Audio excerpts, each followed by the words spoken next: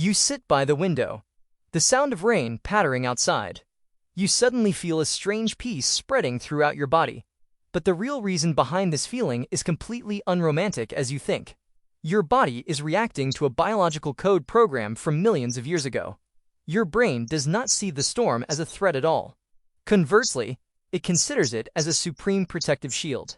Have you ever wondered why the sound of thundering and lightning can put you into a deeper sleep than any meditation music? To understand this, you must go back in time to the wild prehistoric savannas. Your ancestors lived a life exposed to nature. Danger lurked everywhere. Predators could appear from any bush. The slightest footstep of a leopard was enough to activate the survival alarm system in their heads. But when a heavy rain poured down, everything changed completely. Australian Dr. Quentin Dirks once pointed out that the sound of falling rain creates a physical phenomenon called white noise. This noise masks all the small, scattered movement sounds in the environment. It is like a wall of sound wiping out all surrounding danger signals. When the footsteps of the predator were swallowed by the sound of rain, your ancestors' brain realized an important reality. The enemy also could not hunt in this weather. Predators that fear water will find a place to hide. Those that hunt by sight or hearing are deprived of their strongest weapons. The rain is a temporary ceasefire of nature. Precisely because of this, the sound of rain means absolute safety.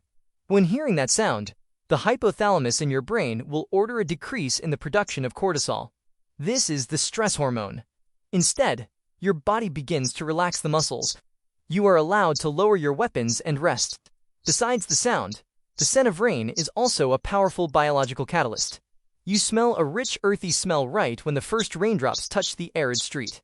Science calls this fragrance Petrichor. This term was coined by two Australian researchers, Isabel Beer and Richard Thomas, in 1964. This scent is created from two main ingredients. First is an oil secreted from plants during dry periods to prevent seeds from sprouting when lacking water. The second ingredient is geosmin, an organic compound released by bacteria living in the soil when meeting moist water. Your brain is extremely sensitive to geosmin. A study from Cardiff University shows that human olfaction can detect geosmin at extremely low concentrations, even more sensitive than a shark's ability to sniff blood in seawater. Why do you have this superpower? The answer lies in survival. For primitive people migrating continuously, the smell of geosmin in the air was the biological compass. It signaled that the source of water and food was about to appear in that direction. Smelling the rain meant that you were about to escape thirst and scarcity.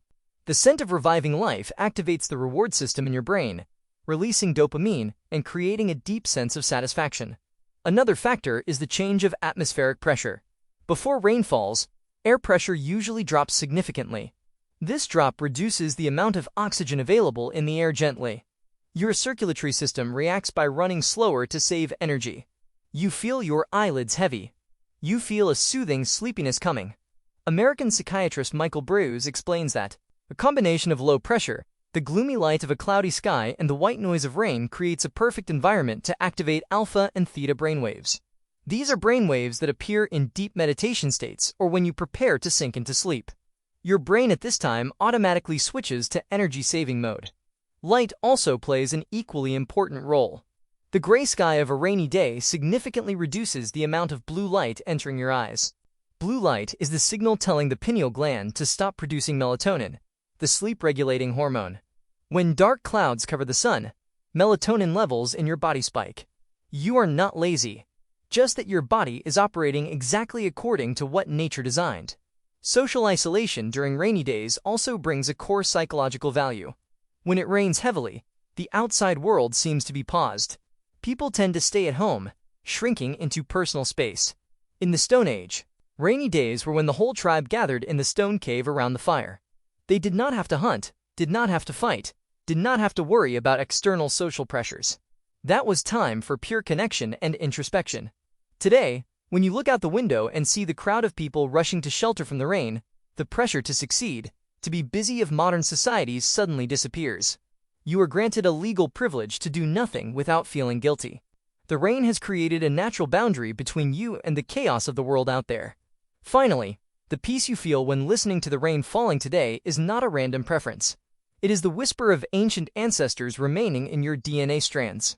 It is the memory of safe shelter days in stone caves, the joy when finding the source of life after days of drought, and the relief when knowing that the dangers out there have been temporarily pushed back by nature. Today, when you sit here, safe behind the walls of the house and listening to the rain falling patter outside, your body is repeating exactly the reaction of primitive humans from millions of years ago. You are feeling the supreme protection from an invisible shield that nature grants.